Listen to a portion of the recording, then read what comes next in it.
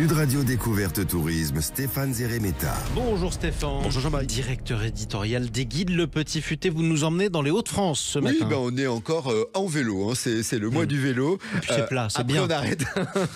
C'est vrai, en plus c'est une belle saison, une belle région en fait, parce que c'est vrai que il fait pas très chaud, hein, et puis il y a de belles balades à faire qui sont aussi adaptées à tous cyclistes, y compris les cyclistes débutants. Je vais vous proposer aujourd'hui 2 balades dans l'Avesnois et dans les Flandres maritimes. Allez, la première est en fait une portion de la Scandibérique. C'est quoi la Scandibérique? Alors c'est un parcours en fait qui relie Trondheim en Norvège à Cap Fistera en Espagne. Donc vous avez compris, on est au milieu. À vélo? Oui. C'est un peu long pour une piste cyclable. Hein. C'est vrai que c'est très long. Donc je vous propose de faire un petit tronçon et choisir celui des Hauts-de-France. Mais après c'est bien. Certains on peut prendre année par année un petit bout du tronçon. À l'année prochaine, mon cher Stéphane. En tout cas, entre Ferrières-la-Grande au sud de Maubeuge et Glageon, il y a toute une voie verte d'une 30aine de kilomètres. C'est vraiment adapté. Le parcours est vraiment plat, hein, donc c'est vraiment tranquille. On est le long des vestiges d'une ancienne voie ferrée et on va passer une journée complète en pleine nature au cœur des bocages du parc naturel régional de l'Avesnois. Alors, qu'est-ce qu'on visite le long du parcours? Alors, on s'arrête parce que non seulement c'est plat, mais en plus on fait des pauses. C'est formidable. Et on va s'arrêter à Sars-Poterie. Et comme son nom l'indique, l'histoire de ce village est étroitement liée à la poterie. Mais ils ont aussi fait de la verrerie. Et d'ailleurs, encore aujourd'hui, on a Musver. Ça, c'est un lieu emblématique de la création verrière. Il y a une collection permanente qui expose notamment ce qu'on appelle les bousillés.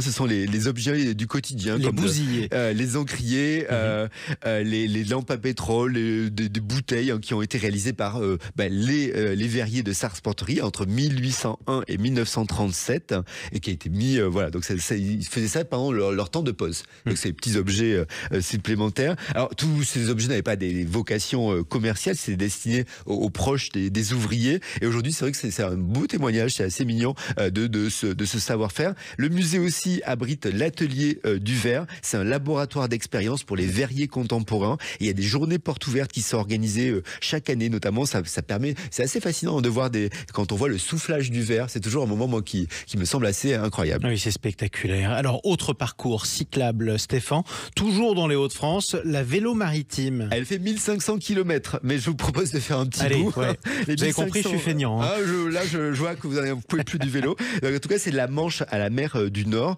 Le parcours en France, avant d'arriver en Belgique, c'est une 30aine de kilomètres entre Calais et Gravelines, une ville fortifiée par Vauban. Alors le parcours là aussi, c'est plat. On va pédaler sur des chemins ruraux, sur des pistes cyclables. Le cadre est absolument sublime parce qu'on traverse la réserve naturelle du Platier d'Oye. C'est un des sites ornithologiques majeurs en France. Alors c'est vrai que c'est une halte des oiseaux migrateurs et le territoire, c'est des dunes, des bancs sableux, des étendues d'eau. C'est vraiment très très joli. Et alors ce qui est sympathique aussi apparemment, c'est qu'on passe de la campagne à la ville en un rien de temps. Oui, on va être vite à Calais.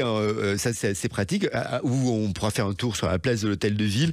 Incontournable avec le beffroi, magnifique vue panoramique. Et c'est cette place en fait qu'on trouve la fameuse sculpture en bronze de Rodin, les bourgeois de Calais. On verra aussi, et ça c'est vraiment un coup de cœur, l'un des plus célèbres dragons de France, le dragon de Calais. Donc un peu sur le modèle de l'éléphant de Nantes. Je crois que c'est la même compagnie qui a créé ce dragon de Calais. 12 mètres de hauteur, 25 mètres de long. C'est une machine fantastique qui crache le feu, qui émet de la fumée, qui avance 4 km/h. C'est assez, mais c'est le long du front de mer. Mais c'est génial parce que c'est vrai que ça permet d'animer ce front de mer. On va voir le dragon et c'est assez fascinant. En tout cas, on est encore temps d'aller profiter du plein air, de faire une escapade à vélo. Voilà, les Hauts-de-France, c'est plutôt sympathique. Dans le Nord, sur Sud Radio. Merci beaucoup, Stéphane Zeremeta. On vous retrouve demain avec le Petit Futé. Ambiance différente. Nous partons en Jordanie.